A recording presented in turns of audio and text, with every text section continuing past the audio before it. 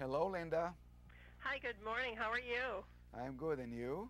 I'm fine. Thank you so very much for allowing me to speak with you this morning. Well, sure. Thank you for actually addressing our share issue with thyroid awareness. No problem. Well, shall we get started? Absolutely.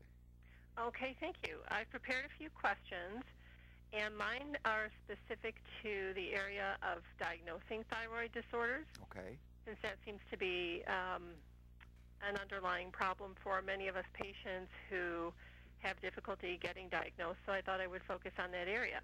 Good, great. It's very Okay. important. Okay. So it's been close to a decade now since the recommendation was made to narrow the TSH normal range to between 0.3 and 3. So why is it that some practitioners these days continue to follow the older guidelines with a much broader range from 0.5 to 5.5, thus misdiagnosing patients who would otherwise be helped, in some cases, tremendously, especially those with milder forms of thyroid disease? Well, I think that many patients that may have the TSH, above 3, and I agree with you. If people, the moment I see TSH above 3, it's a red flag to me. What we did find out, though, in the population, that the majority of people don't get symptoms below 4, for example. And so it's very hard. Also, the TSH moves, and it can have variation on the level of TSH. So definitely when I treat people, I'd like to get the TSH to below 3.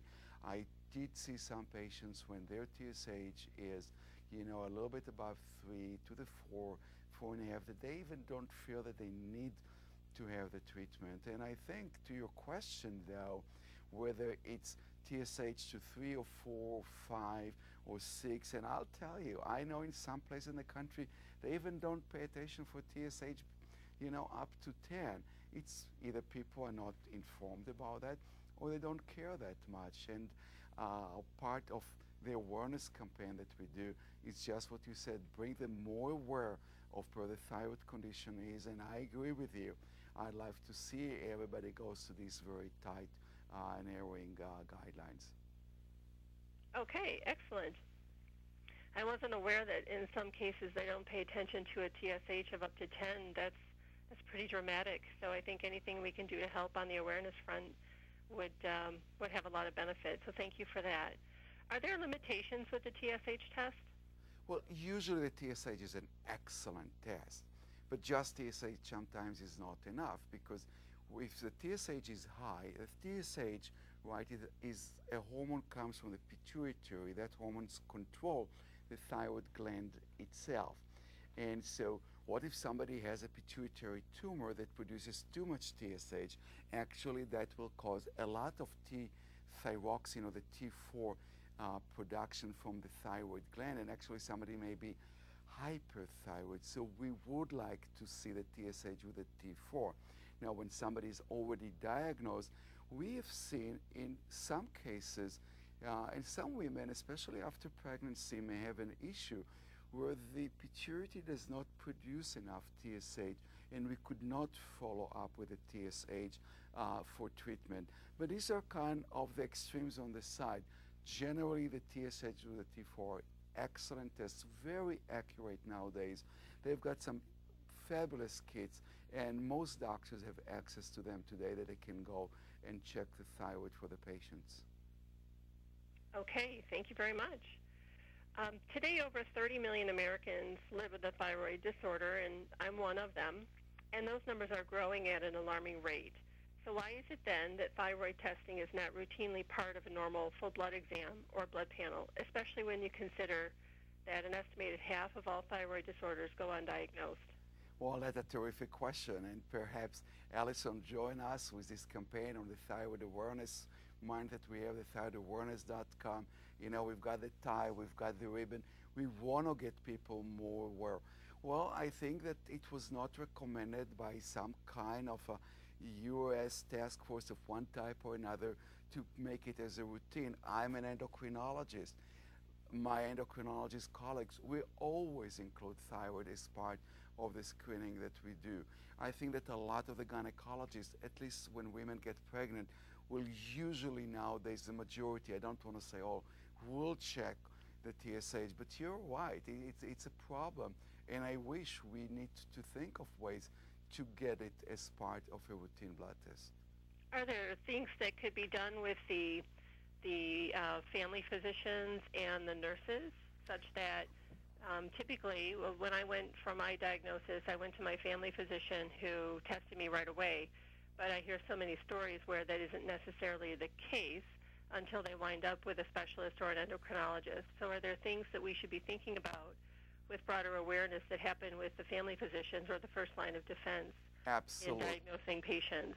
Absolutely, and that's really the campaign. That's where we're targeting the campaign to the public, make them aware of the condition, let them say, hey, if I've got those weird or kind of different symptoms, if I'm too tired or too nervous, things are different than my usual routine, maybe I should go and ask my doctor to check it. We do have the website that lists all the symptoms that may be associated with thyroid, so they will think about it. And then we try to educate the practitioner, we try to, the professional, the family physicians, the nurses, we try to educate them through a journal that we have. It's called Empower, that we send out to endocrinologists and primary care physicians where they can read about that. We do put things on the web. We've got our Empower website. We've got our thyroidawareness.com website where people can be educated. Actually, my society, the American Association of Clinical Endocrinologists, is also developing special courses for primary care physicians, nurses, and other allied health where they come and learn about it. We're very active. You're so right, Allison. About half people with thyroid problem don't know about it. And what's very alarming is the growth of cancer. One of the fastest growing cancers today that we have is thyroid cancer. Relatively easy to find. People need, you know, for a long time there was this breast check, and women were taught how to check the breast. It's as simple to check the neck. A very simple, move your hand gently over your lower part of the neck where the thyroid is on both sides, and if you detect some abnormalities, fullness, a small maybe bump, go to the doctor, have it been diagnosed. And clearly the primary care physician can help. Sometimes when it comes to the cancer side, people may do better with endocrinologists. Excellent. I have looked at all of the sites and the journal that you're referencing, and there's just a wealth of wonderful information available. So thank you for the work that you're doing to help get the word out and to educate patients and physicians in this important area. So the next question that I have is, thyroid disease is one of the most inherited medical conditions. Is there any research being done that would lead to being able to predict who exactly would be likely to develop a thyroid disease? And if so, do you foresee a time when the development of a thyroid condition could be prevented altogether? Well, I think that as we look at that today, many of us can predict at least with a risk, because you're right, it's in families and it's an autoimmune, and at least 50 to 70% of all of the thyroid conditions, whether it's a low thyroid, a condition that may be brought up by something which is named Hashimoto's, where people, in particular women, have antibodies developed against the thyroid. Not all of them would have low thyroid or high thyroid at the time, but just by having the antibodies, when I see a person, when I check that, I may say, hey, you know what, you are at risk. You need to follow the check of the function of the thyroid more often. So we can already today predict on many people if they may be at risk based on a family history and, as I said, an antibody blood test. Here there is a lot of genetic research into it to find out if we can find what is the genetic background, and clearly one day, well, I don't see it in the next 5 to 10 years, Allison, I have to be very honest, but oh, Linda, I apologize. Oh, that's okay. That's okay. What part of the country are you from, Linda? I'm from Michigan.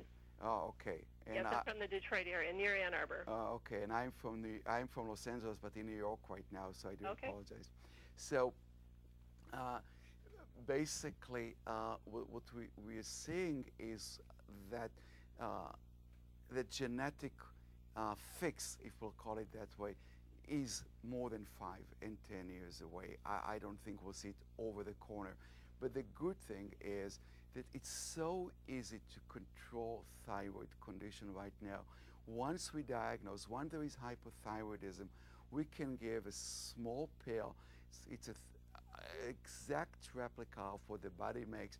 It looks like the T4, and then the pituitary could not tell the difference, and will control through the TSH, as you said so before, will control the condition. Very easy to control thyroid even nowadays. Okay, and I think you've got another commitment coming up shortly, but do I have time for one more question? I'm sorry, Linda, we have to go, but I'm so glad that you came. But you know what? Maybe through the website you can send us a question. We'll answer you. I sure will. Thank you so very much. It was my pleasure speaking with you this morning, and thank you for all that you're doing to help thyroid patients like me and the millions of others who suffer with thyroid disorders around the country. Thanks again, and have a great day. Thank you, Linda, and thyroidrunners.com. Thank you very much. Thanks. Bye-bye.